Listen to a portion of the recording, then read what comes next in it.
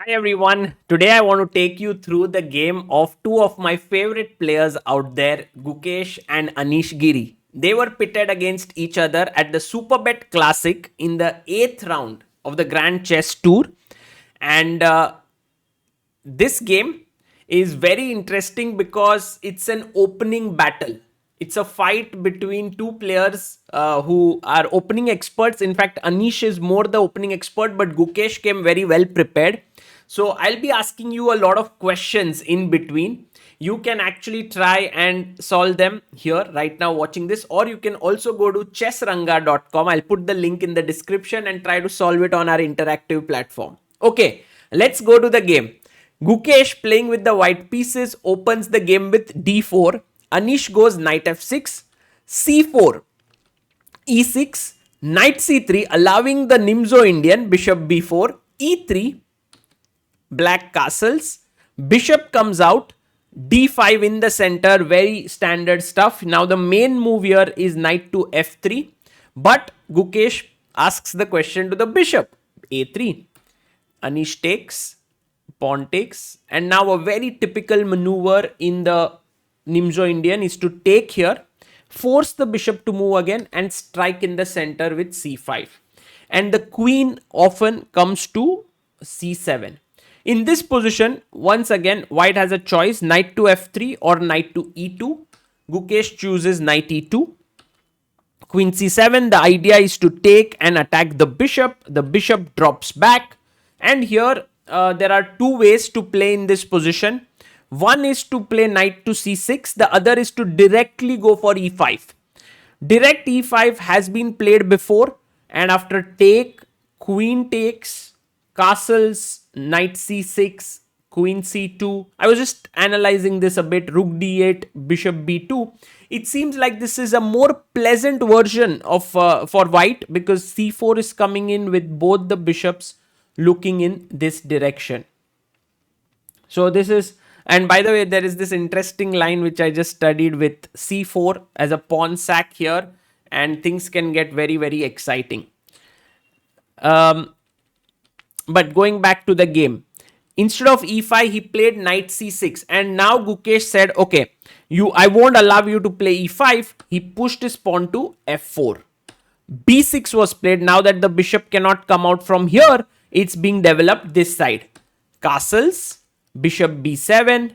Gukesh put his knight on g3. This has still been played in few games, around 10, 12 games. Knight e7 by Anish and e4. Now this is already getting very, very exciting and risky because Gukesh's plan is simple. He wants to go e5 and just go for the attack full-fledged. f5 is coming. It's just very, very powerful attack. But black took, pawn takes, and now came the move queen to c3. And he's attacking the rook as well as the pawn. And now Gukesh here played a very, very interesting move. I want you to think, what would you play here as white to play? It's very natural to play the move bishop e3 here. But that is an incorrect move. We'll come to it why. The right move is only move rook a2. It's the only move in the position, believe it or not. Yes, also rook b1 does not work here because after I take here with a check here and rook a d8, you need your rook to swing over to d2. That's why rook a2. It's a very important point. So rook a2, congrats if you found it. But what is the problem with bishop e3? And here's your next question here. What would you do here as black? The most natural move here is to take on e4 with the knight or with the bishop. Let's say you take with the knight. The problem here is, yes, I understand that if I take here, take here, take here, you will take on e3 and take here and win the game. But I will play rook c1. And the point is you need to keep an eye on the e3 bishop. If you leave it, then I'll win a piece. So you take here. I go and attack you again. You come back, I attack you again, and it's a draw. So that's the reason why it does not work. If you take with the bishop on the other hand, then I take knight e4, knight e4, and now rook c1, and the same problem again with rook a1, rook c1. Okay. So that's the reason here the winning move is the very nice and stunning bishop a6. And kudos if you found it, because of course after bishop takes a6, queen takes e3 check, king h1, I have the very strong knight e4 and black is winning here. Okay. So first, I hope you are able to navigate this first hurdle. Rook a2, Anish took the pawn, king h1, rook a d8, and now Gukesh brought his rook here. Anish at this point now played this very, very nice move, queen e3. By the way, Gukesh was still in his preparation till this point, and I think this is the moment where he started to think for the first time. He had 2 hours 4 minutes, while Anish was down to 1 hour. He had used around 45 minutes or so. Here he played the move rook f3. But my question to you is, if white were to play the natural move e5, what is a good move for black? Okay, if you fell for the natural move knight d5, well, that is incorrect. Here, the right move is knight to g4, and it is a very, very nice move, because if you take here, then I take on d3. If you take on h7, which is possible, king h7, and now rook d8 is not possible because of knight f2 check takes, queen f2 threatening a mate here, which is winning. And instead of rook d8, you can play queen c2. Much better move, knight g6, rook d8 now. But I take rook d8. It's a very, very complicated position. Takes, knight takes with this hanging and this hanging. And this is already winning for black. Sorry, this is already very complicated. And in fact, the line continues. Like I can go here, take check, king here, rook comes in, queen f7. I was just analyzing this for fun. Bishop f1, knight f1, rook d1, king f2. And I think knight g4 maybe, check, king e2, rook d4. And the position is very complicated.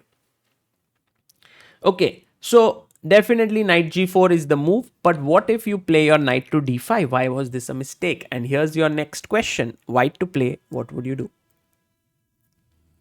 Well, it's important to trap the queen here, and that's why the right move is rook c2. Very subtle, very nice move. Taking away the square of the queen here, can't go to d4 because of bishop h7, and the queen is trapped. The line could still go on g6 to make a square for the queen on d4, because now there's no longer bishop h7. I can take, but this is already a little bit tricky now with bishop g2, king g1, bishop f1, knight f1, knight c2, and I guess white should be better, but this is playable. And in fact, after g6, maybe knight e4 is the strongest move, and white is playing for a win here. Anyway, the right point here is that after e5, knight d5, there is rook c2, which is very powerful. Okay, so rook f3 comes in, queen to c5, played bishop b2, and now knight g6. And here Gukesh thought for quite a bit and played the move h3, and I was kind of blown away, because h3 is playing against black's next idea, which is to play e5.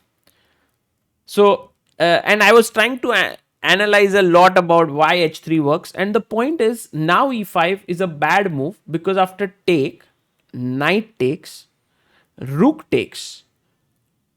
This is one variation where you can take, where h3 comes in handy for back rank issues, but the main variation I thought was take, take, take, take, gf6, and it looks like white is lost here, but there comes knight f5 threatening a mate, queen f2, and now you see the value of h3, because after bishop f6 white is completely winning.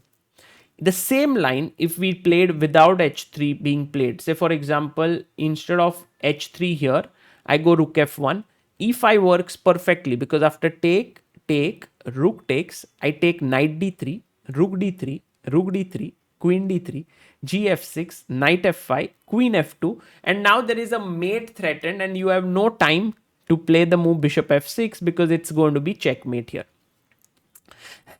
So h3, and I'm sure Gukesh had maybe prepared it at some point, so he remembered that h3 is important. Otherwise, finding it on the board is quite tough, I must say. Rook e8 was played, rook c2, queen e7, and you will see that the position is now white is a pawn down, black is pawn up, but white has excellent compensation with this bishop looking here, knight ready to jump in, e5 coming up at the right time, knight h4, he played rook e3, and already here it was Gukesh's moment to take charge of the game. If he had played the move rook f2, I'm pretty sure that Anish would have had quite a difficult time in this position. It's not at all easy for black to continue. I am unsure. I actually tried to look at this position deeply, tried to think a bit. Why did Gukesh not go for rook f2? But I'm not so sure or certain what the reason was. So he took bishop f1, and now it feels like it's Anish who's the one who's slightly better. Maybe he could have played here knight e8 with the idea of queen d6. He can continue playing his pawn up, but instead he decided to agree to a draw, and that's how the game ended. With this, this game ended. I hope you enjoyed solving these positions. The Grand Chess Tour now, the Superbet Classic, is into its last round that will happen today. And Caruana is leading. Alireza 4.5, Pragnananda 4.5, Gukesh 4.5. The pairings are interesting because Prag and Firuza play each other. Gukesh plays with Wesley So, while Caruana takes on Anish Giri. It will be interesting to see who will win. Let's imagine that if Prag manages to beat Firuza, Gukesh manages to beat Wesley, and Anish manages to beat Caruana. Something like this could be a very, very unbelievable finish. But yeah, we will bring you all the live action. For now, this is Sagar Shah signing off.